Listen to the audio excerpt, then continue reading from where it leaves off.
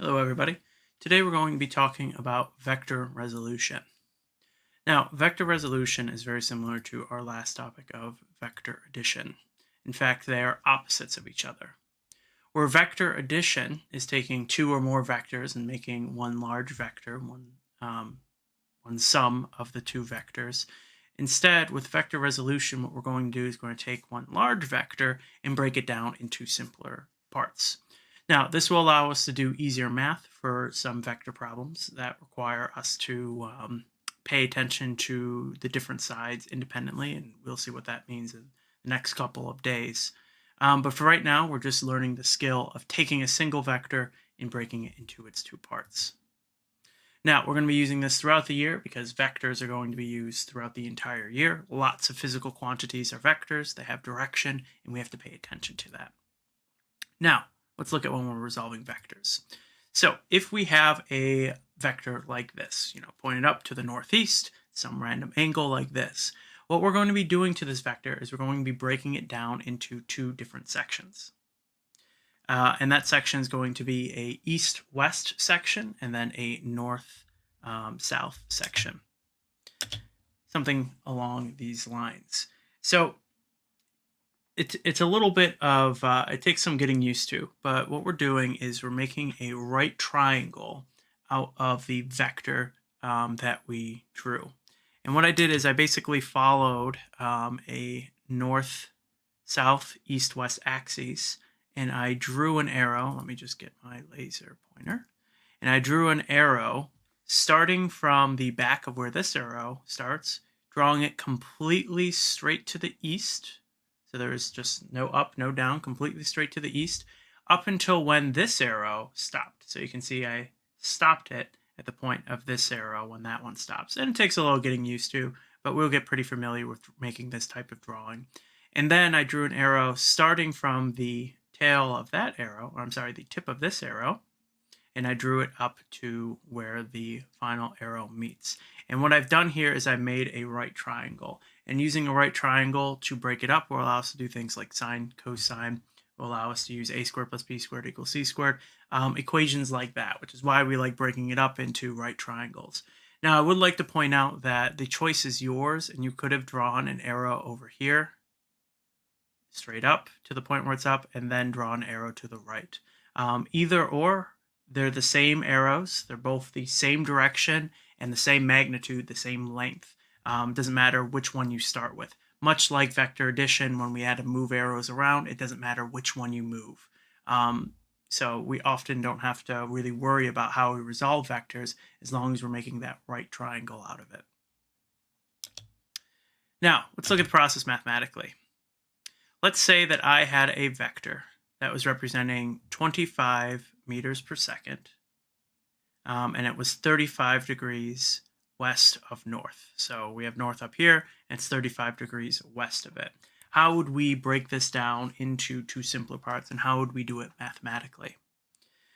Now, when it comes to vector resolution, you won't ever have to draw and make drawings like we did for vector addition. Vector addition, we saw questions where I had you take a protractor and a ruler and actually make the drawings out.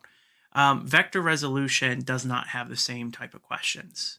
Yet for every single vector resolution question you do, you should make a small sketch or small drawing to yourself. It doesn't have to be perfect, it doesn't have to be perfectly to scale. Of course, it helps to check your answer over, but you should always make a drawing. So if I was given a problem where I was told, 25 meters per second, 35 degrees west and north, I would draw this arrow out, and then I would try to make my vector diagram out of it, my two individual parts. So I'm going to be making a northwest, east, south little compass here for me. And what I'm going to do is I'm just going to draw an arrow straight up, and then an arrow straight to the left. And you can see I make that right triangle, which is my goal when I'm resolving my vectors. And that's pretty much it for the drawing part. Now this, like I said, will just be a sketch for you to make. So there's no real fancy thing that you have to do. It's just as long as you're making a right triangle with a proper direction, you should be fine.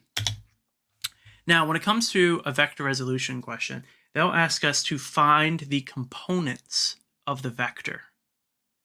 Now you can see I have a lot of different names here. It's because they have a lot of different names. This, for example, could be considered the y component, while this is the x component. At the same time, this can be considered the horizontal component, and this the vertical component. Or it could just simply follow the directions, where we have a northward component and a westward component. All different names for the same thing.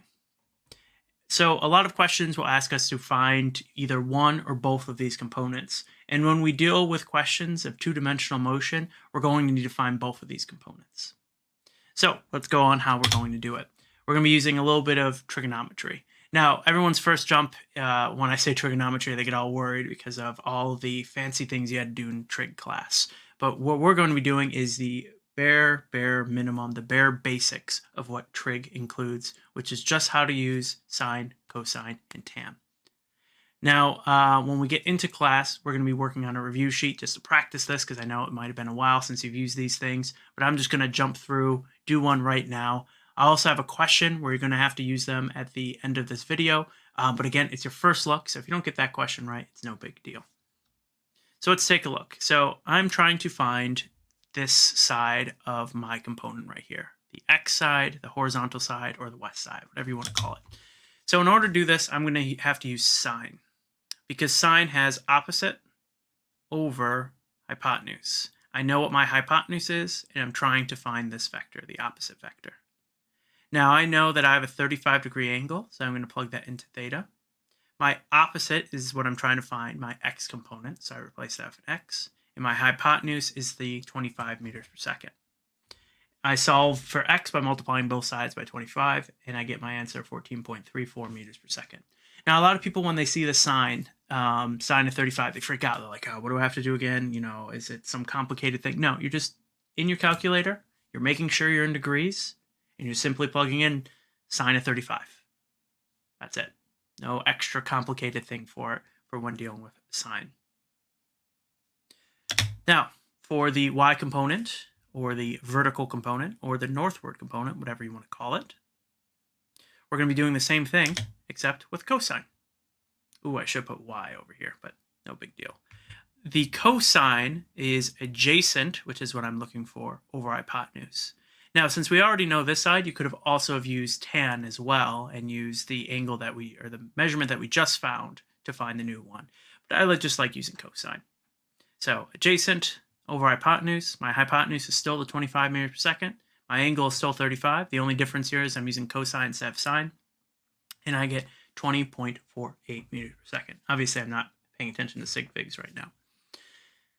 Now, that's the answers. The final step you should do is just take another check at your drawing and make sure that those numbers make sense. If this is 25, does it make sense that this is 14 and this is 20? You should be looking at the rough scale of your drawing. Do these values make sense? And to me, yes, they do. They make total sense that this would be 20 and this would be 14. And I didn't even measure this angle being 35. That was just a guess when I made my drawing. So it's no big deal if you don't get it perfect, but I should still see that this side is longer than this side, so it should make sense that I got 14.34 meters per second. I should also put to the west, and this is 20.48 meters per second to the north. And that is my two sides. Now, it may not seem important now on why we're doing this, but we're going to see very shortly where we have questions where we need to do this in order to answer the questions and to make the math much easier. Avoid some pretty complicated maths by doing it. That's really all I have for today. We're going to be reviewing this subject. Like I said, I'm going to post a question that I would like you to try your best. If you get it wrong, again, it's no big deal. It's just an attempt. I hope you all have a good day.